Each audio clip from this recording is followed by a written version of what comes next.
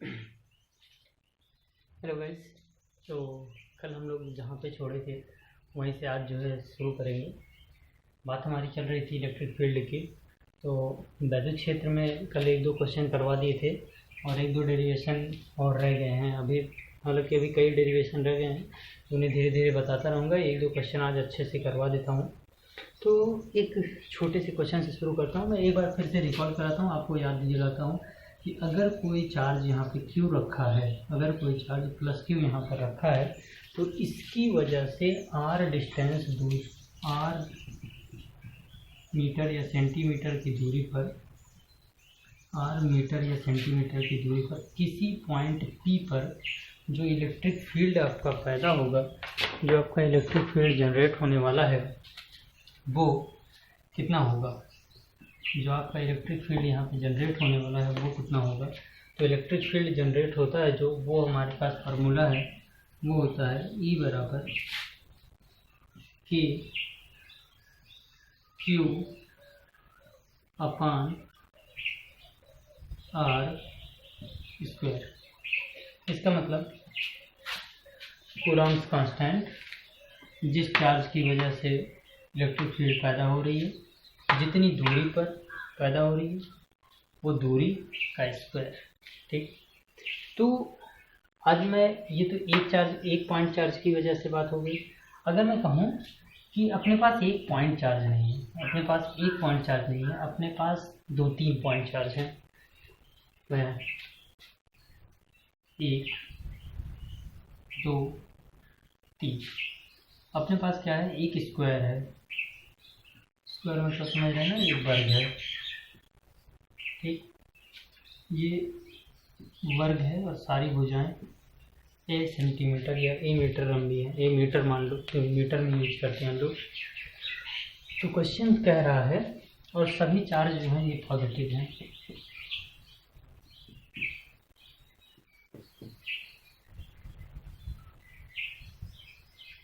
ये वो point P है जहाँ पे हमें इलेक्ट्रिक फील्ड की वैल्यू निकालनी है।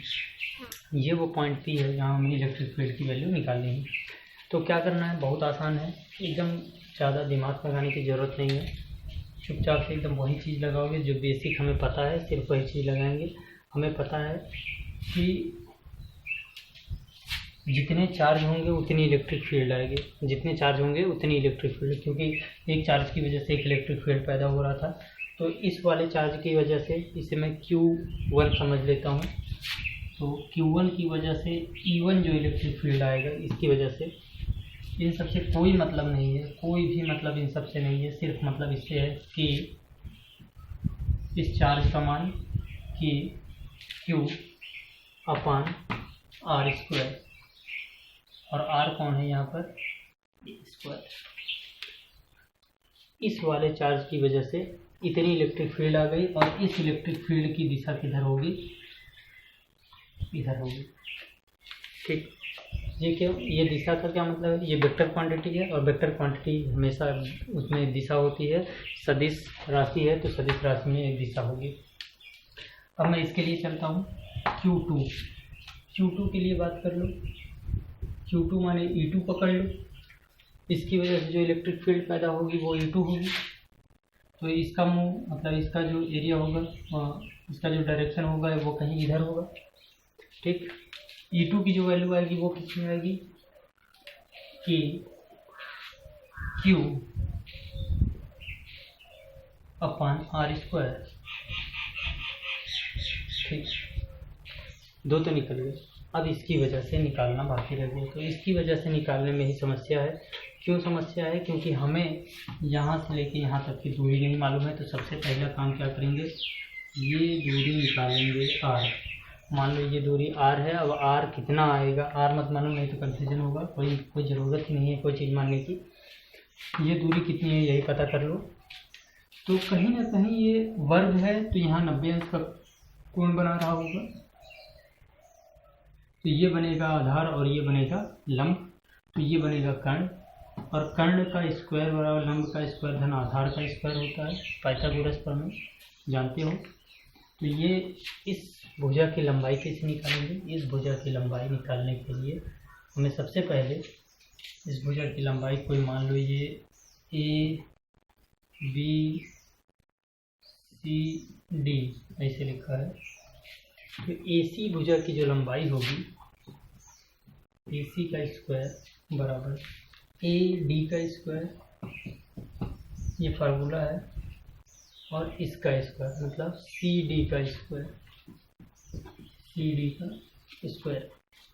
तो भैया इसकी वैल्यू A है और इसकी वैल्यू A है, तो चुपचाप से रखेंगे A square plus A square बराबर AC स्क्वायर। तो ये जुड़ेगा 2A स्क्वायर हो जाएगा, और ये AC स्क्वायर के बराबर रहेगा। अगर मैं इसे लिख दूं, इसे मैं लिखूं तो यहाँ से आएगा AC बराबर √2A। AC की वैल्यू आ गई कितनी, √2A। तो इसकी वजह से भी एक इलेक्ट्रिक फील्ड पैदा होगा, वो अपना E3 होगा। E3 की वैल्यू कितनी आएगी, E3 मतलब K, Q मतलब Q अपन R स्क्वायर, और R की वैल्यू आई है कौन, √2A और इसका स्क्वायर। तो ये वैल्यू आई K Q अपान 2A स्क्वायर, और इसकी जो दिशा होगी ये किधर होगी, ठीक। E1 आ गया, E2 आ गया, E3 आ गया, सब चीज़ आ गई। इस पॉइंट पे अगर मैं रिजल्टेंट इलेक्ट्रिक फील्ड की बात करूं, टोटल रिजल्टेंट इलेक्ट्रिक फील्ड कितना लग रहा है, तो वो कितना होगा। टोटल रिजल्टेंट इलेक्ट्रिक फील्ड की अगर मैं बात करूं, तो एक तो इधर लग रहा है, एक इधर लग रहा है, और एक इधर लग रहा है। तो जो ये वाला है, ये और ये, तो याद करो जब 90 डिग्री की कोण पे होते थे जो फोर्स लगते थे, तो हम लोग रिजल्टेंट फोर्स कैसे निकालते थे,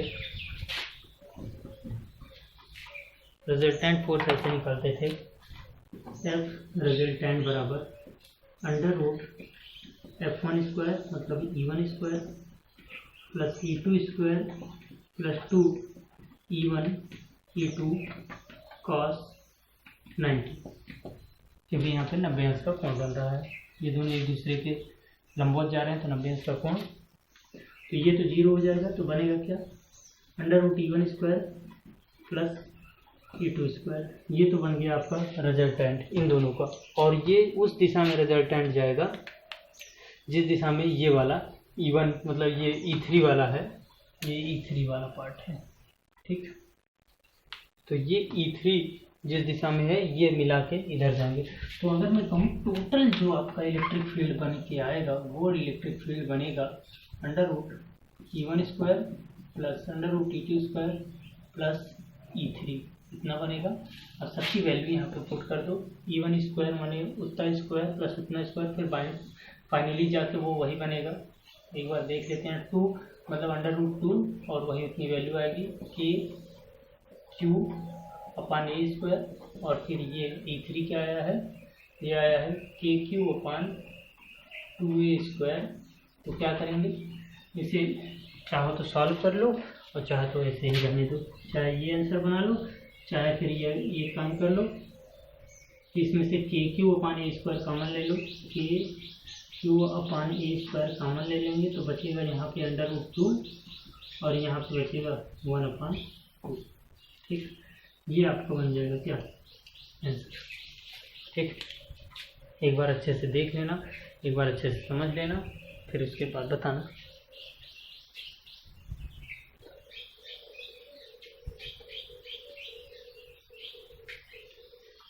चलिए अब बात करता हूँ, एक अगले क्वेश्चन की तरफ चलता हूँ, पॉइंट टू पॉइंट बात करता हूँ ज़्यादा टाइम वेस्ट न करते हुए। अपने पास एक पार्टिकल की बात हो गई, एक पॉइंट चार्ज की बात हो गई, 2 पॉइंट चार्ज की बात हो गई, तीसरे पॉइंट चार्ज की अगर मैं बात करूँ, तीसरे पॉइंट चार्ज से पहले मैं एक और चीज़ बताना चाहूँगा कि मान लो एक Q चार्ज यहाँ पर रखा है प्लस का, और एक प्लस का Q चार्ज यहाँ रखा है, इसका अपना कोई क्षेत्र होगा, इसी क्षेत्र में ये इलेक्ट्रिक फील्ड पैदा कर रहा होगा, इतने क्षेत्र में ये इलेक्ट्रिक फील्ड पैदा कर रहा होगा। अगर कोई चार्ज Q यहाँ पे रख दिया जाए, कोई भी चीज़ यहाँ पे रख दिया जाए, तो क्या इसके ऊपर इन दोनों में से कोई बल लगाएगा? इसके ऊपर कोई भी बल लगाएगा क्या? नहीं, कोई बल नहीं लगाएगा। सेम वही चीज़ आज करने वाले हैं। ऐसे ही इलेक्ट्रिक फोर्स लाइंस के बारे में बात करेंगे। सबसे पहले इलेक्ट्रिक फोर्स लाइंस क्या होती हैं, कैसे होती हैं? तो भैया मेरे इलेक्ट्रिक फोर्स लाइंस माने किसी चार्ज से निकलने वाली जो वैद्युत बल रेखाएं होती हैं उनके बारे में बात करूँगा। तो पॉजिटिव चार्ज अगर होगा तो उसके पास से वैद्युत बल रेखाएं निकल रही होंगी, और अगर यहीं पे चार्ज नेगेटिव होगा तो उसके पास आ रही होंगी वैद्युत बल रेखाएं, इसकी तरफ आ रही होंगी। ठीक, अगर चार्ज पॉजिटिव है तो वैद्युत बल रेखाएं निकल रही होंगी, और अगर चार्ज नेगेटिव है तो वैद्युत बल रेखाएं पास आ रही होंगी।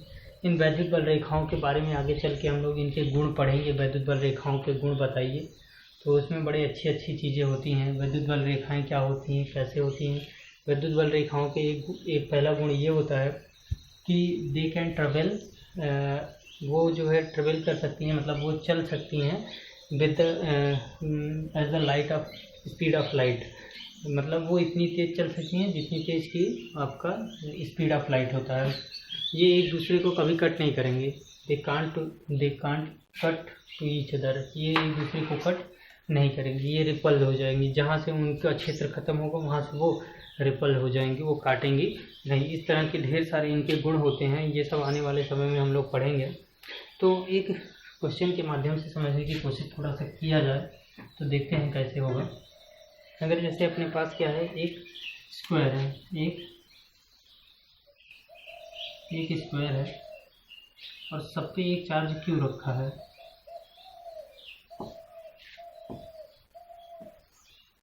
सब पे एक क्यों चार्ज रखा है? यहाँ पे इसका सेंटर है।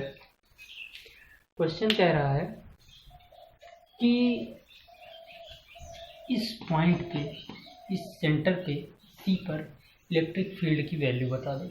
इस पॉइंट पी पर इलेक्ट्रिक फील्ड की वैल्यू बता दो। तो भैया मेरे दो तरीका है इसका। एक तो KQ1 Q2 लगाओ, एक एक चार्ज के लिए लगाओ। KQ1 Q2 upon R square, वो इधर लगा रहा होगा इलेक्ट्रिक फील्ड। फिर इसके लिए लगाओगे तो KQ1 Q2 upon R square इधर लगा रहा होगा। इसके लिए लगाओगे तो KQ1 Q2 इधर लगा रहा होगा और KQ1 Q2 इधर लगा रहा होगा। एक बात बताओ, इस पर रिजल्टेंट इलेक्ट्रिक फील्ड कितना होगा? खुद ही समझ जाओ कि ये है, मैं इसे इधर खींच रहा हूँ, इधर खींच रहा हूँ, एक लड़का उधर खींच रहा है, एक जन इधर खींच रहे हैं, और सब लोग बराबर फोर्स से खींच रहे हैं। अगर तो ये पेन क्या किसी तरफ मूव करेगा? नहीं, ये यहीं रहेगा। मतलब इस पर जो रिजल्टेंट फोर्स लग रहा है, रिजल्टेंट इलेक्ट्रिक फोर्स लग रहा है, रिजल्टेंट इलेक्ट्रिक फील्ड जो पैदा हो रही है वो कितनी है? 0 है। वो कितनी है? 0 है। ठीक, तो ऐसे बड़े बड़े क्वेश्चंस का जवाब ऐसे छोटा सा 0 होता है। ठीक, और अगर इसमें KQ1 Q2 upon R square लगाते तो काफ़ी देर तक इसी में घूमते रहते, चक्कर खाते रहते। लेकिन अगर आपको फिगर बनाने का आइडिया मालूम है, फिगर कैसे बनाते हैं, तो बड़े बड़े क्वेश्चंस भी छोटे छोटे चुटकियों में सॉल्व हो जाते हैं। ठीक, आगे चलता हूँ और अब मैं बात करूँगा थोड़ा सा इलेक्ट्रिक फील्ड। हम लोग निकालते रहेंगे भाई, बहुत सारी चीज़ों से इलेक्ट्रिक फील्ड निकालना बाकी, हम लोग धीरे धीरे निकालेंगे। आगे गॉस लॉ आएगा, गॉस लॉ में हम लोग इलेक्ट्रिक फील्ड ही पूरा गॉस लॉ से पूरा इलेक्ट्रिक फील्ड ही निकालेंगे, कैसे कैसे इलेक्ट्रिक फील्ड निकाली जाती है। गॉस लॉ पूरा उसी पे डिपेंडेंट है कि इलेक्ट्रिक फील्ड कैसे निकाली जाएगी, अगला चैप्टर जो होगा। तो अभी हम लोग ज़्यादा टाइम इसलिए इसमें वेस्ट नहीं करेंगे। अब वापस आते हैं, इलेक्ट्रिक पोटेंशियल एनर्जी की बात करेंगे, मतलब वैद्युत स्थितिकीय ऊर्जा, ऐसे ही कुछ नाम है। आज मैं हिंदी वाली बुक नहीं देखा था उसका नाम, तो जो भी इलेक्ट्रिक पोटेंशियल एनर्जी नाम है जान लीजिए, उसे यू से प्रदर्शित करते हैं, यू से। तो एक चीज़ आप ये जानते हो कि ऊर्जा और कार्य दोनों की यूनिट बराबर होती है, दोनों की जो मात्रक होते हैं वो सेम होते हैं, चाहे ऊर्जा हो चाहे कार्य हो, दोनों को हम लोग जूल लिखते हैं, दोनों के मात्रक क्या होते हैं, जूल लिखते हैं। हाँ लिखते हैं। इसका मतलब जो फोर्स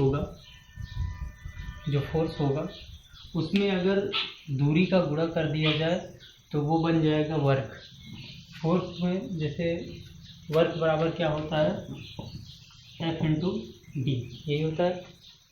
वैसे ही मैं अगर इसमें गुणा करना चाहूँ तो U बराबर F इंटू डी, ये भी कह सकते हैं, बिल्कुल कह सकते हैं। ठीक, अगर अब यही बात मैं इलेक्ट्रोस्टैटिक्स में कहूँ तो F के Q1 Q2 बटे आर स्क्वायर इंटू डी भी दूरी है, और एक जो दूरी हम लोग ले रहे हैं वो भी अगर आर हो तो U का जो वैल्यू आएगा, इलेक्ट्रिक पोटेंशियल एनर्जी की जो वैल्यू आएगी वो ध्यान से देखिए, एक आर से एक आर कट जाएगा, बचेगा KQ स्क्वायर अपान आर। ये एक बहुत बड़ा सा डेरिवेशन है, लेकिन हम लोग इसे 4 लाइन में एकदम सिंपल तरीके से कर लिया, और ये अपना एक सूत्र आ गया। इसका यूज हम लोग आने वाले समय में करेंगे, इसका भी यूज करेंगे। ठीक, अब एक और बात आती है कि हम लोग पढ़ चुके हैं V equal to W by Q. V equal to W by Q, ये क्या है भैया, वोल्टेज है। तो अगर मैं ये कहूँ कि ये जो फार्मूला निकल के आया है ये W के बराबर है, ये W के बराबर है, क्योंकि ये U है और U भी तो W के बराबर होता है। तो ये पूरा फार्मूला उठा के यहाँ पुट करो और देखो क्या हो रहा है। W माने KQ स्क्वायर बटे R और गुणे ये W हो गया, और W माने मैं इसे ऐसे भी लिख सकता हूँ, गुणे 1 बटे क्यू कर सकता हूँ, गुणे 1 बटे क्यू। एक क्यू से क्यू कट जाएगा, ध्यान से देखो अगर, तो ये बनेगा KQ अपान R। मतलब जो फार्मूला हम लोग आगे चल के डेराइव करेंगे V बराबर KQ अपान R, इन सारे फार्मूलों का बहुत यूज होने वाला है। ये सारे फार्मूले इम्पोर्टेंट हैं और इन सारे फार्मूलों का काफ़ी यूज होने वाला है। तो ये सारे फार्मूले हम लोग एकदम आसान तरीके में निकाल ले रहे हैं। आने वाले समय में जब हम लोग इसका इस्तेमाल करेंगे तब जानेंगे कि क्या होता है, विद्युत स्थिति की एनर्जी क्या होती है, वोल्टेज क्या होता है। इसे विभव बोलते हैं, जनरली विभव बोलते हैं, विभवांतर भी बोलते हैं। विभवांतर माने दो विभवों का जब अंतर किया जाता है उसे विभवांतर कहेंगे। और विभव क्या होता है, ऐसे मतलब उसकी परिभाषा कुछ ऐसी है कि अनंत से किसी एक छोटे से एक चार्ज को पकड़ के किसी इलेक्ट्रिक फील्ड में ले आने में जितना कार्य किया गया है उस कार्य का, और उस जो ये मतलब ये जो कार्य किया गया है और वो जो चार्ज हम लोग पकड़ के ले आए हैं उसका रेशियो जो होता है वो क्या कहलाता है, विद्युत विभव कहलाता है। ध्यान से एक बार से सुन लो। किसी चार्ज को अनंत से पकड़ के किसी इलेक्ट्रिक फील्ड में ले आने में जितना कार्य किया गया, और जिस चार्ज को पकड़ के ले आए हैं उसके मैग्नीट्यूड के रेशियो मतलब उसके अनुपात को क्या कहोगे, सीधा सीधा सब विद्युत विभव कहोगे। ये सारी चीज़ें मैं कल थोड़ा अच्छे से बताऊंगा, परिभाषा कैसे होगी, इसकी परिभाषा कैसे लिखाई जाएगी, ये सब चीज़ें मैं कल कराऊंगा। परिभाषाएं वगैरह बताऊंगा कल कि कैसे परिभाषा होती है इसकी। ठीक,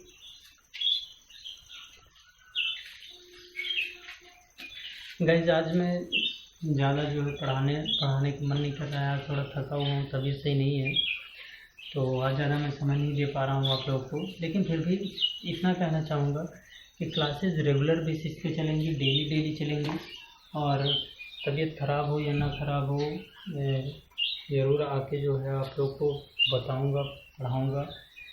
तो बस ये है कि जैसे छोटी क्लास हो गई है तो आज थोड़ा कोई बात नहीं है, नेक्स्ट डे पे सब बराबर कर लूँगा, तबीयत सही रहेगी। तो खास बात ये मैं आपसे कहना चाहता हूँ कि यार आप लोग शेयर नहीं करते हो, आप अपने दोस्तों तक पहुँचा नहीं रहे हो। उन्हें बताओ कि क्लासेस स्टार्ट हो गई हैं, रेगुलर बेसिस पे क्लासेस हो रही हैं, एकदम अच्छे से क्लासेस जब करवा रहा हूँ, तो अब आप लोग शेयर नहीं कर रहे हो, उन तक पहुँचा नहीं रहे हो। बहुत सारे ऐसे बच्चे थे जो कॉल करते थे, सर क्लासेस कब से स्टार्ट हो रही हैं, क्लासेस कब से स्टार्ट हो रही हैं।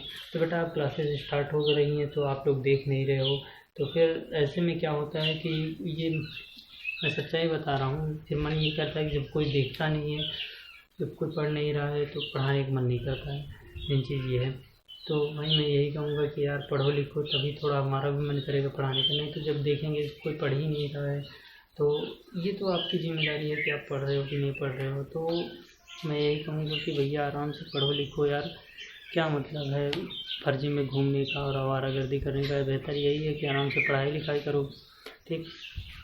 बाकी मैं ज़्यादा कुछ कहना नहीं चाहता हूँ, यही कहूँगा कि यार ज़्यादा से ज़्यादा शेयर करो वीडियो को और अपने दोस्तों तक पहुँचाओ, खुद पढ़ो, उन्हें भी बताओ।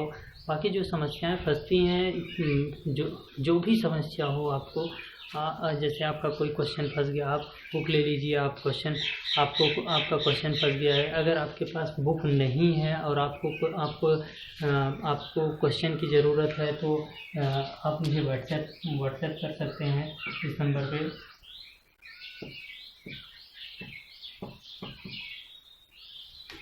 पे। आप मुझे व्हाट्सएप कर सकते हो। ओनली व्हाट्सएप, केवल इससे फ़ोन नहीं लगेगा, ये केवल व्हाट्सएप का नंबर होता है। तो आप जो है इस पर हमें व्हाट्सएप कर सकते हो और मैं जो है आपको क्वेश्चन सेंड कर दूंगा। जितना मन करे उतनी क्वेश्चन लगाओ यार, क्वेश्चन की भरमार है।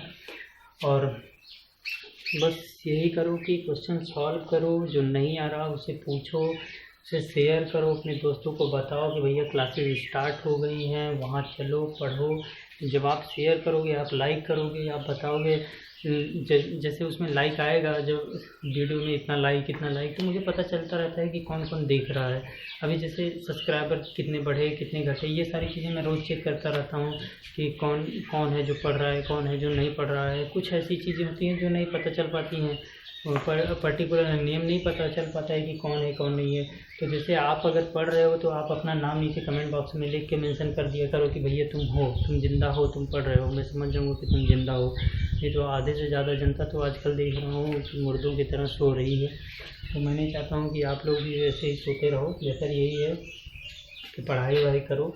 और बाकी जो भी है कमेंट बॉक्स में अपना नाम डाल देना, तो मैं क्लियर हो जाऊँगा कि कौन कौन पढ़ रहा है। और इसे ज़्यादा से ज़्यादा शेयर करना, अपने दोस्तों तक पहुंचाना।